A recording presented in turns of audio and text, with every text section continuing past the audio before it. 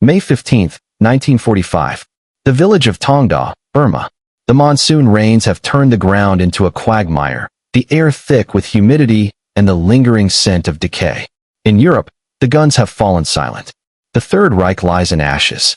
But here, in the unforgiving hills west of the Irrawaddy River, a final, brutal war of annihilation grinds on.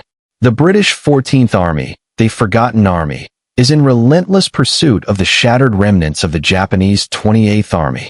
These are no longer large-scale battles of maneuver, but vicious, close-quarter fights to clear fortified bunkers and jungle strongpoints held by soldiers ordered to fight to the death.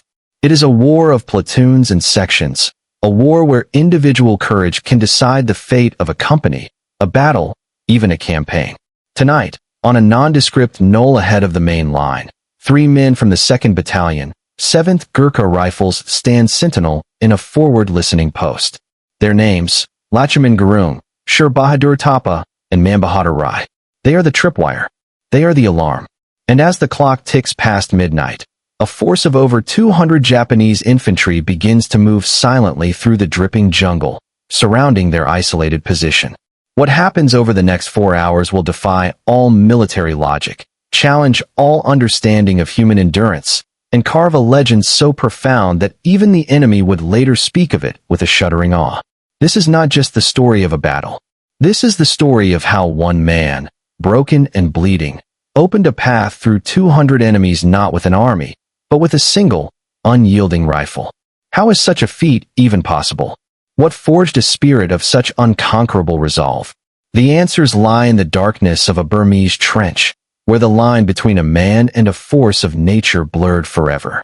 To comprehend the monumental stand at Taungdaw, one must first understand the warrior culture of the Gurkha soldier and the desperate strategic context of the Burma campaign in mid-1945. The men of the 7th Gurkha Rifles were heirs to a legacy spanning 130 years of unwavering service to the British Crown. Recruited from the rugged hills of Nepal, they were shaped by a harsh environment and a code of honor that valued loyalty, courage, and sheer physical toughness above all else. Their signature weapon, the kukri, was more than a knife. It was a symbol of their identity, its curved blade bearing the inscription, "It is better to die than be a coward." By 1945, the 7th Gurkhas were among the most seasoned and feared infantry in the theater. They had endured the grueling retreat from Burma in 1942, triumphed in the defensive crucible of the admin box in 1944, and spearheaded the great offensive that shattered the Japanese at Impol and Kohima. They were masters of stealth and the brutal mechanics of jungle fighting, moving through the green gloom with a silence that unnerved their opponents and striking with terrifying ferocity. Their adversary, the Japanese 28th Army under General Sakurai, was a force pushed to its absolute limit, but no less dangerous for it. Driven back hundreds of miles, cut off from supply, and ravaged by disease and starvation, the Japanese soldiers' will to fight had not broken. Instead, it had hardened into a fanatical, desperate resolve. They defended not for victory, but for honor and to inflict maximum cost. Their tactics relied on intricate, deeply dug bunker systems connected by tunnels, unwavering tenacity in defense, and ferocious, often suicidal, night attacks designed to overwhelm through sheer shock and mass. The Banzai charge was not merely an attack, it was a psychological weapon, a wave of screaming humanity meant to break the defender's nerve before physical contact was even made. This was the enemy the Gurkhas faced at Taungdaw, cornered, deadly, and utterly without quit. The immediate objective for the 17th Indian Infantry Division, of which the 7th Gurkhas were a part, was to clear the west bank of the Irrawaddy River, destroying Japanese resistance in a series of village strongpoints like Taungdaw. The broader mission was to prevent the Japanese from establishing a coherent defensive line and to annihilate them in detail. For C Company of the 7th, the first 2 weeks of May had been a grinding, exhausting sequence of probing attacks and small, vicious assaults. Each Japanese bunker had to be identified, isolated, and then destroyed, often with pole charges, grenades, or flamethrowers at point-blank range. Casualties came from sniper fire, booby traps, and sudden, localized counterattacks.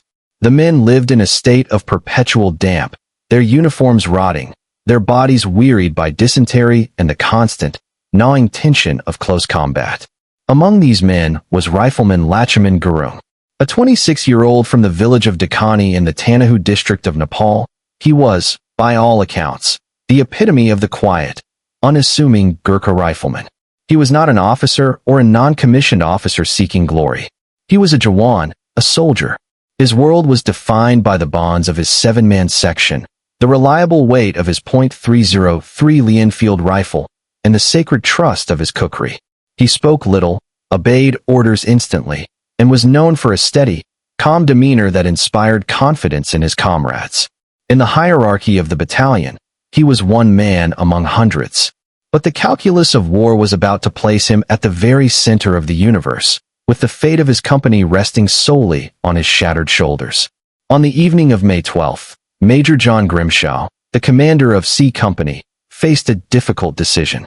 Patrol reports and radio intercepts suggested a significant concentration of enemy forces to his company's immediate front. The Japanese were clearly planning something. The main company perimeter was well established, with interlocking fields of fire, but it was vulnerable to a surprise, silent infiltration under cover of darkness. To guard against this, Grimshaw ordered the establishment of a forward listening post. This was a classic, high-risk military tactic. The post would be a human radar, an early warning system positioned far enough ahead to give the main line time to react to an attack. But it was also, inevitably, a sacrificial position. If a major attack came, the men in the listening post would be the first to be overrun. They were the canary in the coal mine. The duty was assigned to a section from Lieutenant John Jock, Rennie's platoon. The chosen position was a shallow, hastily improved trench on a slight, muddy knoll approximately 80 yards forward of the main company wire. It offered a good field of fire, particularly down a gentle slope into a dry creek bed, a chong, which served as a natural avenue of approach through the thick jungle. But its advantages were also its perils. It was isolated. It was exposed on 3 sides. And it was a perfect magnet for enemy aggression. The 3 men selected for this lonely vigil were Rifleman Lachhiman Gurung, Sher Bahadur Thapa, and Mambahadur Rai. They were chosen not at random, but for their proven steadiness and discipline. As they drew extra ammunition, stacks of 5-round stripper clips for their Enfields, a few number 36 mils bomb grenades, and made their final preparations, no grand speeches were made. The unspoken truth hung heavy in the humid air. They were being sent out as bait. The jungle around Taungdaw was a silent, watching entity, and within it, a predator was circling. The question was not if it would strike, but when, and with what force. Dusk on May 14th brought not relief from the heat, but a transformation. The day's stifling humidity condensed into a fine, whispering drizzle that soon became a steady, soaking monsoon rain. The jungle canopy dripped incessantly, and the world shrank to a sphere of wet, clinging darkness. Under this natural sound mask, the 3 Gurkhas moved from the main perimeter with the ghost-like silence that was their trademark. They slipped into the listening post, a hole in the earth that already held several inches of cold, muddy water. But by the second night, May 15th, the symphony changed. The instincts honed by years of jungle warfare prickled at the men's senses. The normal sounds began to fade, replaced by an oppressive, watchful silence.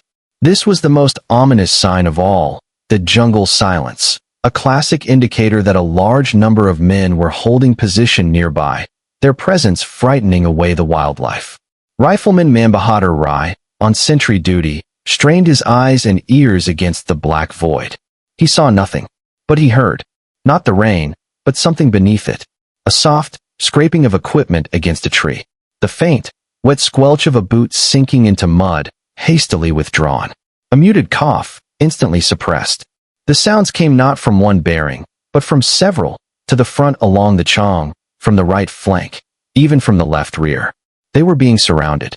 Back at the company headquarters trench, Lieutenant Rennie felt a deep, intuitive dread. The radio reports from the listening post were too brief, too quiet. The lack of the usual sporadic field telephone check-in felt like a scream in the night.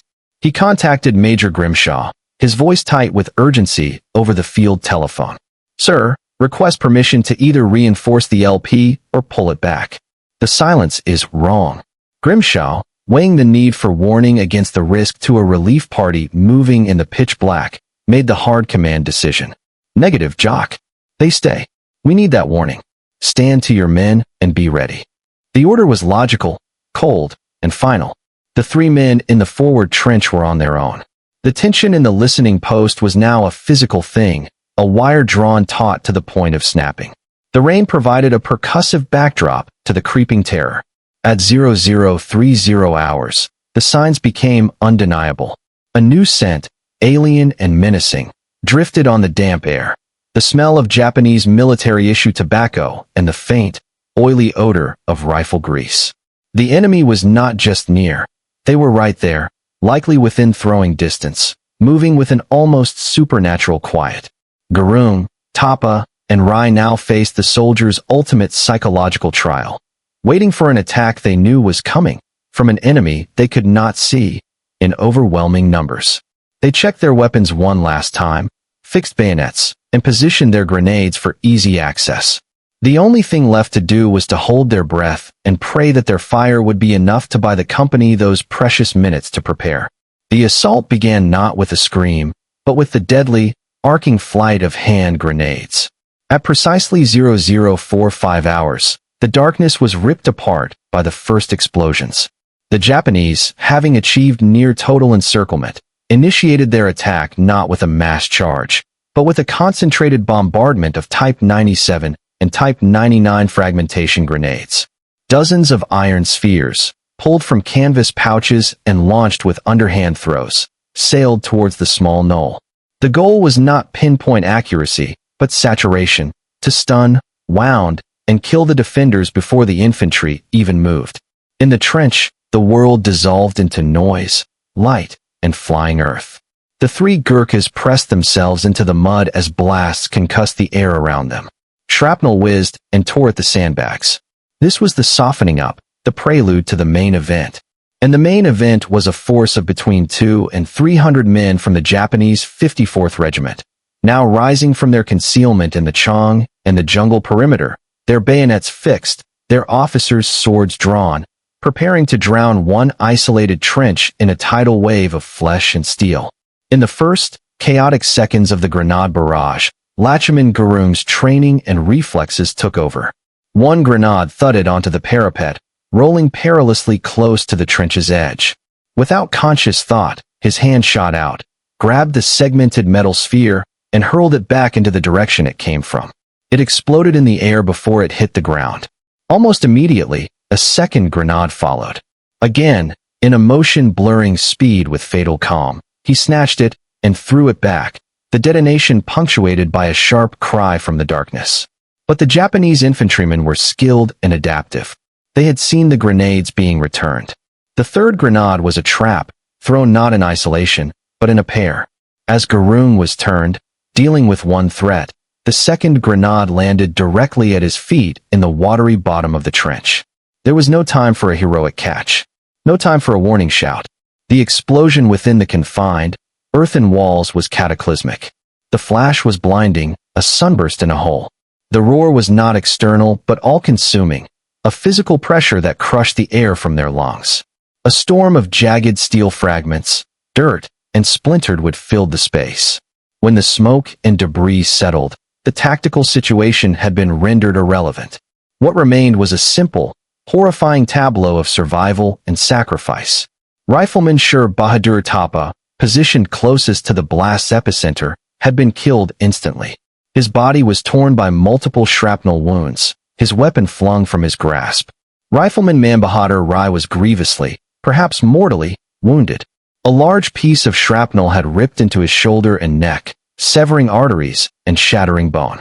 He slumped against the rear of the trench, choking on blood, completely incapable of lifting his rifle or even calling out. He was fading fast, a silent witness to the unfolding nightmare. And Lachhiman Gurung, the man who had moments before been a picture of defiant reflexes, was now a ruin.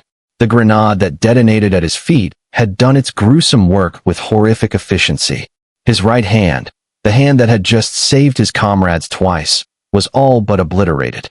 Fingers were severed, the remaining tissue a mangled, bloody pulp. The blast had wrenched his rifle from his grip, sending it clattering into the mud. His right leg and the entire right side of his body were peppered with deep, penetrating shrapnel wounds. Pieces of the grenade casing had sliced into his face and head, one fragment gouging his right eye, the blood flowing freely to mix with the mud and rain, creating a crimson mask. The pain must have been a universe of white-hot fire, a sensory overload that would have crippled any ordinary man's mind. Yet, through the ringing agony, through the disorienting shock, one sound pierced the haze, the rising, triumphant chorus of Banzai. The enemy, having seen and heard the grenade detonate inside the trench, was now convinced the position was neutralized. Their officers barked orders. From the Chong and the tree line, a sea of dark shapes began to rise and surge forward. Not a probing attack, but the full, terrifying weight of the assault. 200 soldiers, bayonets gleaming dully in the faint, rain-diffused light, began their charge up the slippery slope. Their objective was clear: overrun this insignificant post, pour through the gap in the line, and roll up the entire company perimeter in a frenzy of close combat. The listening post had served its purpose. It had drawn the attack. But now it had failed. It was about to be annihilated. The entire left flank of C Company was moments from being breached. The lives of over 100 men hung in the balance. And in the path of this onrushing tide stood one man, broken, bleeding, half-blinded, and apparently defenseless. The crisis was total. The situation was, by every conventional military metric, hopelessly lost. What transpired in the next heartbeat defied every metric. It defied physiology, psychology, and the very logic of warfare. As the first wave of Japanese infantry, emboldened and screaming, closed to within 20 yards of the trench lip, a figure stirred in the carnage. It was a movement not of collapse, but of terrible, deliberate resurrection. Using his shattered right arm as a bloody, agonizing lever against the sandbag wall, Lachhiman Gurung hauled his broken body upright. He did not stand to surrender. He did not stand to flee. He stood to fight.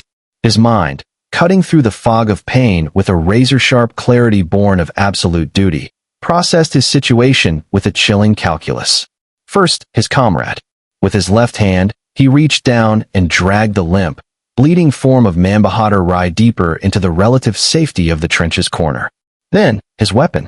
His own rifle was damaged, out of reach. But he saw the rifle of the fallen Sher Bahadur Thapa, lying in the mud, its bayonet still fixed. The Lee-Enfield rifle is a right-handed weapon. The bolt must be worked with the right hand. Gurung's right hand was a useless, excruciating weight. He was now, in the middle of a close-quarters battle for survival, a left-handed rifleman. He grabbed the weapon, the cold metal slick with rain and blood. With his teeth, he ripped a stripper clip of .303 rounds from his bandolier.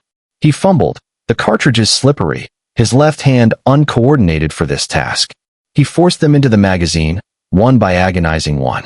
He chambered a round, working the bolt with an awkward, jerking motion of his left palm.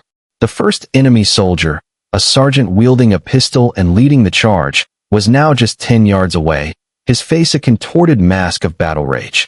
Gurung raised the rifle, tucking the stock awkwardly into his left shoulder. He had no time for a perfect sight picture. He aimed down the barrel, a blurry tunnel of defiance, and squeezed the trigger. The crack of the Enfield was shockingly loud, a solitary report against the cacophony of screams. The Japanese sergeant crumpled mid-stride. Gurung worked the bolt. Another soldier took his place. Another shot. Another kill. A grenade thrower paused, arm cocked back. Gurung's rifle swung, fired. The grenade dropped at the man's feet, exploding among his own comrades. In less than a minute, Gurung had transformed from a casualty into a one-man strongpoint. He had established a rhythm, a brutal, efficient, mechanical rhythm of death. Feet around. Chamber. Aim. Fire. Eject the smoking brass. Repeat. Each movement was agony. Each recoil jarred his shattered body, but the rhythm did not break. He was no longer just a soldier. He was an automaton of defense, his willpower the only fuel. The Japanese charge, expecting to find a vacant or lightly defended hole, slammed into this unexpected, precise wall of fire. The front rank fell, causing confusion behind them. The officers, furious and bewildered, could not understand what was happening. The volume and accuracy of fire suggested a full section, perhaps even a machine gun nest, not a single crippled defender. They regrouped their men, shouting orders over the din. A second, more concentrated charge was launched, this time with covering fire from light machine guns, Nambu Type 90 SXS, and riflemen in the tree line. Bullets began to snap and thud into the sandbags around Gurung, forcing him to duck momentarily. Yet, every time a lull came in the covering fire, his rifle would reappear over the parapet, and another Japanese soldier would fall. For 30 minutes, this macabre dance continued. Charge, be met with deadly accurate fire, fall back, reorganize, and charge again. Gurung's world shrank to the few feet of his trench, the arc of his rifle, and the looming shadows in the darkness. He was conserving ammunition, making every shot count, targeting leaders and grenadiers. The pile of spent brass at his feet grew into a small, gleaming mound. His wounds continued to bleed, his strength leaching into the muddy earth. But his resolve was an unbreakable diamond core. Then, at the height of the third charge, disaster nearly struck. A Japanese grenade, well thrown, sailed over the parapet and landed directly beside him. He had no time to throw it. In a final, desperate act, he dropped his rifle, scooped up the grenade with his left hand like a poisonous cricket, and lobbed it back. It exploded just beyond the trench. But in those few seconds, his rifle had been silent. A squad of 5 enemy soldiers, seeing their chance, broke from cover and sprinted the final 15 yards, bayonets leveled for the kill. Gurung snatched up his Enfield, fired twice in rapid succession. 2 men fell. He worked the bolt for a third shot. The dreaded sound of a malfunction. A spent cartridge case, swollen from the intense heat of rapid fire, had failed to eject. It was jammed solidly in the chamber. The bolt was stuck fast. The 3 remaining Japanese soldiers, seeing his movement cease, let out a guttural yell and surged forward. They were now just 5 yards away, close enough for Gurung to see the hatred in their eyes, the glint on their bayonet points. He was out of time. With his last physical option, his left hand dropped the useless rifle and flew to his hip, gripping the handle of his kukri. He would meet them blade to blade. But one left-handed man with a knife against 3 bayonets was a final, grim equation with only one probable solution. The tide was about to wash over him, and the path through the company line would finally be opened. Asterisk. The salvation, when it came, was not from within the trench, but from the very company he was giving his life to protect. For over an hour, the men of C Company had been standing to in their weapon pits, listening to the unbelievable symphony from the listening post, the initial grenade blasts, the sporadic enemy machine gun fire, and, cutting through it all, the steady, metronomic crack, crack, crack of a single Lee Enfield. Lieutenant Rennie, his heart hammering, had finally convinced Major Grimshaw that this was no mere probe. The sustained, solo defense was a miracle, but it couldn't last. A relief force was hastily assembled. Just as Gurung's rifle jammed and he reached for his kukri, a Bren gun team from a supporting platoon on the main perimeter found a clear line of fire along the edge of the chong. The night was torn apart by the Bren's distinctive, rapid thump-thump-thump. A long, lethal burst scythed into the flank of the attacking Japanese, cutting down the 3 men bearing down on Gurung and scattering those behind them. At the same moment, Lieutenant Rennie and a handful of Gurkhas launched a localized counterattack from the main line, firing and yelling to create the impression of a major reinforcement. The Japanese, already bloodied and confused by hours of fighting what they believed was a formidable position, now faced organized, heavy fire from a new direction. Their attack, which had been sustained by sheer momentum and fury, shattered. The officers, realizing the element of surprise was utterly lost and casualties were catastrophic, sounded the withdrawal. Like ghosts melting back into the jungle, the surviving Japanese began to disengage, dragging as many of their wounded with them as they could, leaving a trail of blood and equipment in the mud.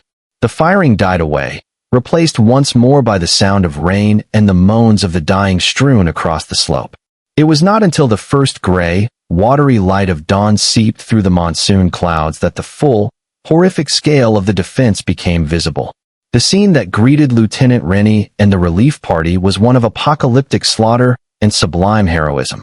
The ground in front of the listening post, particularly the approach from the Chong, was littered with Japanese corpses. A subsequent battlefield count verified 31 enemy dead directly in the killing zone, with intelligence later suggesting total casualties, including wounded dragged away, exceeded 80. Each body was a testament to the lethal, focused fire of one man. Inside the trench was a sight that would forever be burned into the memory of those who saw it. Rifleman Bahadur Rai was alive, but barely, clinging to life thanks to the later efforts of the medical corps. The body of Rifleman Sher Bahadur Thapa lay where he had fallen. And there, at the parapet, still in a firing position, was Lachhiman Gurung. He was barely conscious, his body a map of terrible wounds, his uniform a sodden mess of crimson and khaki. His left hand was still locked around the forestock of his rifle, its barrel hot, its chamber jammed with the fateful, final cartridge. Around his feet, like a bizarre harvest, lay over 250 spent brass cartridge cases. When Lieutenant Rennie reached him, Gurung, his voice a thin whisper, simply said, * Mail Kahi Garina, Sahib. * I have done nothing, sir. He had, in fact, done everything. He had held an isolated post against a battalion strength attack for over 4 hours of solitary combat. He had broken the back of the assault, saving C Company from being overrun and likely saving the entire battalion position from a devastating penetration. He had turned a certain tactical defeat into a staggering defensive victory, his actions resonating up the chain of command as a stunning example of valor. The path through 200 men had not been opened by the Japanese. It had been closed by one Gurkha, with a price paid in his own blood and an unimaginable force of will. For his outstanding bravery and devotion to duty, Rifleman Lachhiman Gurung was awarded the Victoria Cross, the highest award for gallantry in the British Empire.